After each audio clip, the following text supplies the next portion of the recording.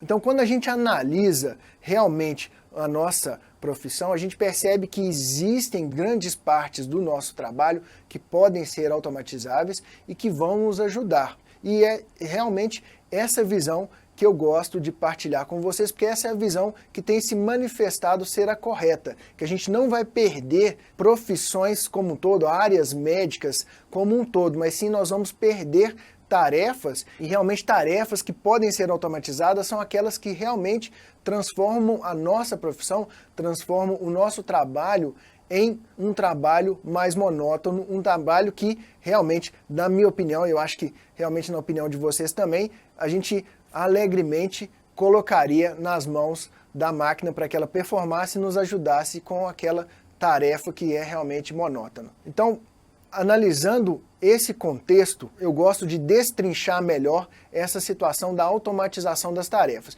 E eu vou destrinchar nessa aula em relação à radiologia, em relação ao diagnóstico médico, porque é a área que eu mais conheço. Mas tomando como base essa análise que eu vou fazer, vocês conhecendo a área de vocês, vocês vão identificar exatamente esses pontos que eu consigo identificar dentro da radiologia. Então, se a gente pegar esse gráfico, ele nos mostra todos os passos que são necessários para que aquele paciente tenha um diagnóstico de imagem. Então, a gente passa primeiro com uma análise de prontuário médico e a gente percebe se aquele exame ou qual tipo de exame é necessário ou não. E a gente depois tem o agendamento daquele exame dentro da clínica, dentro do hospital, a aquisição das imagens pelos aparelhos de ressonância, tomografia, ultrassom. Depois nós temos um processamento de algumas daquelas imagens, a gente envia aquelas imagens para um sistema de PACS, para que a gente consiga analisar, o radiologista consiga analisar aquelas imagens, a gente faz o diagnóstico e aí depois a gente confecciona o laudo. A partir da confecção do laudo a gente tem diferentes estratégias de comunicação daquele laudo, daquele resultado para o paciente ou para o médico que solicitou aquele exame de imagem para a gente. Então a gente percebe esse caminho todo do diagnóstico e que dentro desse caminho nós temos tarefas que realmente podem ser automatizáveis.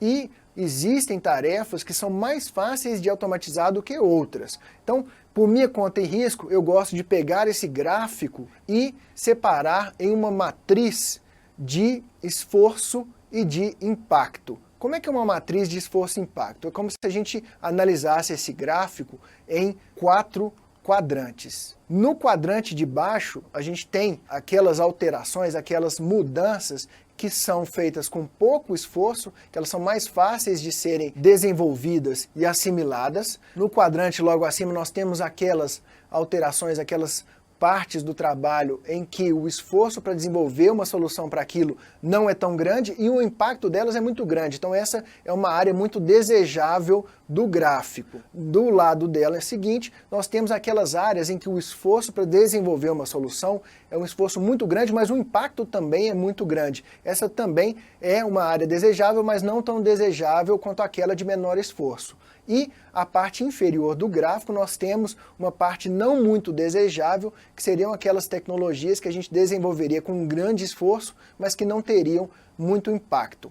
Essa é uma distribuição que eu mesmo fiz, vocês podem ver ali que na área de esforço e impacto maior eu coloquei a parte médica, não é para realmente puxar a sardinha para o meu lado, nem para o lado dos nossos colegas radiologistas, não. É porque, na verdade, apesar de ganharem muitas manchetes e realmente causarem um estrondo muito grande na mídia, quando alguém fala que uma rede neural conseguiu identificar melhor alguma alteração do que o médico, ou teve uma performance igual à do médico, isso aí ganha realmente manchetes, mas isso aí realmente tem um esforço muito grande do desenvolvimento e tem um impacto muito grande, mas, na minha opinião, não faz muito sentido. Por que não faz muito sentido? Porque nós já temos uma alta performance na análise e no diagnóstico diferencial pelo humano.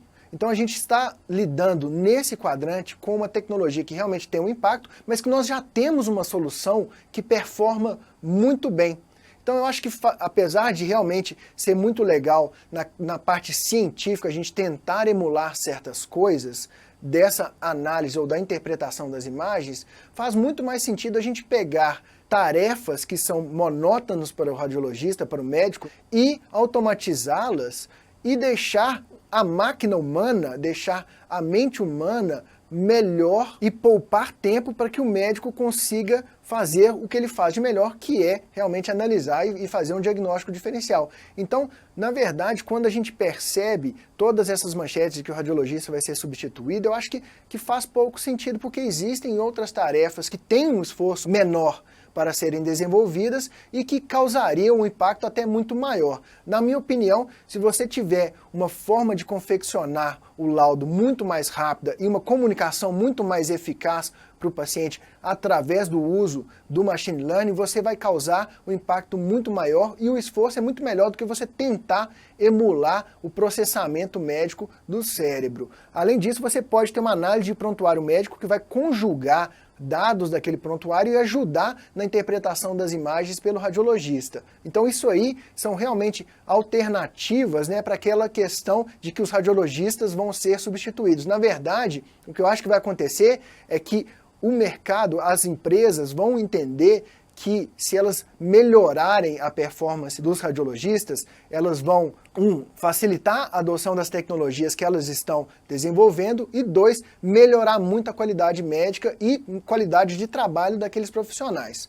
Eu gosto de ilustrar esse ponto que eu faço com alguns papers muito legais. O primeiro é esse paper que mostra o peso da burocracia dentro da consulta médica, né? Todo médico sabe o tanto que é chato, o tanto que consome tempo preencher papelada e as partes burocráticas que são necessárias para a consulta médica. Então esse grupo, então, em 2017 lançou esse paper falando que é um pouco menos do que 50% da consulta médica, do tempo do médico, gasta-se com a interação com o paciente. Nem chega a 50%. O resto da consulta ele vai gastar com anotações, com outras partes burocráticas ou partes que não estão relacionadas diretamente à atenção com o paciente, e isso aí toma muito tempo. A gente sabe que os honorários têm caído de forma muito dramática,